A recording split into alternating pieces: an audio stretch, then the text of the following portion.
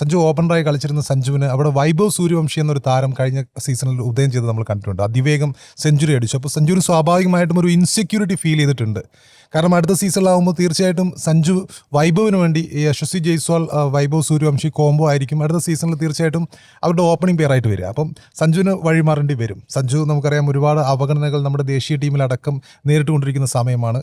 അങ്ങനെയുള്ളൊരു സമയത്ത് സഞ്ജുവിനെ സംബന്ധിച്ചിടത്തോളം CSKയിലേക്ക് പോവുക എന്നുള്ളത് ഒരു വലിയൊരു മാറ്റം തന്നെയായിരിക്കും. പക്ഷേ ഇപ്പോഴും ഡീൽ ഓക്കെ അല്ല എന്നുള്ളതാണ് നമുക്ക് മുമ്പിൽ തെളിയുന്ന കാര്യം. അത് തന്നെയാണ്. അതായത് ദ്രാവിഡുമായിട്ടുള്ള അഭിപ്രായ വ്യത്യാസത്തിന് പ്രധാന കാരണം സ്ലോട്ട് പോയതന്നെയാണ്. ഇപ്പോൾ ഓപ്പണിംഗ് പൊസിഷൻ, ഓപ്പണിംഗിൽ ഇപ്പോൾ നാഷണൽ ടീമിലായാലും ഓപ്പണിംഗ് സ്ലോട്ടിൽ കളിച്ചുകൊണ്ടിരിക്കുന്ന സമയത്ത് മികച്ച ഫോമിലാണ്. പിന്നെ നാഷണൽ ടീമിൽ നമ്മൾ തട്ടി കളിക്കുന്ന കാഴ്ച കണ്ടോ.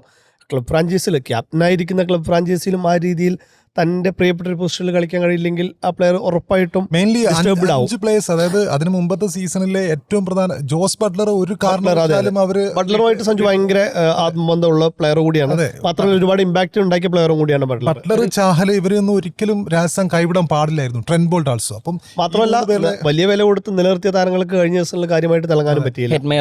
അതെ, അതിൽ ഈ ബട്ട്ലറിന്റെ കാര്യമൊക്കെ സഞ്ജു ചില സമയത്ത് തുറന്നടിക്കുന്നുണ്ട്. ഒരു പിന്നെ എനിക്ക് IPL എന്തെങ്കിലുമൊക്കെ ഒരു അതോറിറ്റി കിട്ടിയിരുന്നെങ്കിൽ ഉണ്ടെങ്കിൽ ഇതുപോലെ താരങ്ങളെ കൂടൊടിഞ്ഞു പോകാൻ ഞാൻ അനുവദിക്കില്ല എന്നൊരു നിയമം ഉണ്ടാക്കുമായിരുന്നു എന്നൊക്കെ പറഞ്ഞിട്ട് അദ്ദേഹം അതൃപ്തിയൊക്കെ പ്രകടിപ്പിക്കുന്നുണ്ട് എന്നുള്ളതാണ്. ഈ സഞ്ജുവിനെ സംബന്ധിച്ചിടത്തോളം പിന്നെ 2021 അദ്ദേഹം ക്യാപ്റ്റൻസിയിലേക്ക് വരുന്നത് എന്നാണ്. അപ്പോൾ 2021 ക്യാപ്റ്റൻസിയിൽ വന്നതിന് ശേഷം അദ്ദേഹം ഉണ്ടാക്കിയിട്ടുള്ള ഒരു റവല്യൂഷൻ ഉണ്ട് അവിടെ. 2008 ശേഷം അവർ ആദ്യമായി കൊണ്ട് ഫൈനൽ പ്രവേശിക്കുന്നത് അപ്പോഴാണ്. ഇതുവരെ കപ്പടിക്കാൻ കഴിഞ്ഞിട്ടില്ല. 2008 ശേഷം ഇതുവരെ കപ്പടിക്കാൻ കഴിഞ്ഞിട്ടില്ലെങ്കിൽ പോലും അദ്ദേഹം ഉണ്ടാക്കിയിട്ടുള്ള ഒരു ഓവർ ഉണ്ട്. അത് ഇപ്പോൾ സഞ്ജു ആഫ്റ്റർ സഞ്ജു എന്നൊരു സംഗതി ഉണ്ടല്ലോ. അപ്പോൾ അവർക്ക് അങ്ങനെ ഇപ്പോൾ ചെന്നൈ MS ധോണിക്ക് പകരം ഒരാളെ പ്രതിഷ്ഠിക്കാൻ വേണ്ടിയിട്ടാണ് അതേ ഓറയുള്ള അതേ ആരാധക പിന്തുണ, പ്രത്യേകിച്ച് സൗത്ത് ഇന്ത്യയിലേക്ക് വരുന്ന സമയത്ത് സഞ്ജുവിന് കുറച്ചുകൂടി പിന്തുണ ഉണ്ടാകും എന്നുള്ളൊരു സംഗതിയാണ്. പക്ഷെ അതേസമയം രാജസ്ഥാൻ അതുപോലെ ഒരാളെ പ്രതിഷ്ഠിക്കാൻ കഴിയുമോ ഇല്ലയോ എന്നുള്ളത് മറ്റൊരു വലിയ ചോദ്യമാണ്. ജഡേജ അങ്ങോട്ട് പോയാൽ പോലും ഈ സഞ്ജുവിൻ്റെയും ധോണിയുടെയും ഒന്നും ഓറയിലുള്ളൊരു മനുഷ്യനൊന്നും അല്ല അദ്ദേഹം. ഓറ മാത്രമല്ല, ഒരു നല്ലൊരു ക്യാപ്റ്റൻസി മെറ്റീരിയൽ കൂടിയാണെന്നുള്ളതാണ്. അപ്പോൾ ജഡേജ നമുക്കറിയാം, ജഡേജയെ ഒരു സീസണിൽ ചെന്നൈ ക്യാപ്റ്റനാക്കിയതാണ്.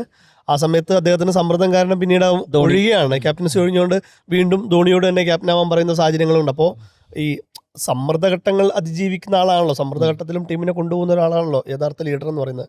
അപ്പോൾ ജഡേജ അങ്ങോട്ട് ആ ട്രേഡ് ഓക്കെ ആണെങ്കിൽ പോലും വേറൊരു പ്ലെയർ പ്ലസ് ജഡേജ കിട്ടിയാൽ പോലും ക്യാപ്റ്റൻ എന്നുള്ള നിലയ്ക്ക് അവർക്ക് രാജസ്ഥാൻ ഒരു തരത്തിൽ പോലും ഒരു ഗുണം ഉണ്ടാവില്ല. ഇനി അടുത്ത മിനി ലേലത്തിൽ മറ്റൊരു ക്യാപ്റ്റൻ മെറ്റീരിയൽ ലേലത്തിനെടുത്ത് ഒരു ക്യാപ്റ്റൻ ആക്കുന്ന ഒരു സമയം അതിന് വളരെ കുറഞ്ഞൊരു കാലയളവേ ഉള്ളൂ. അതിനകത്തുള്ള ഒരു പ്രത്യേകത കൂടിയുണ്ട്.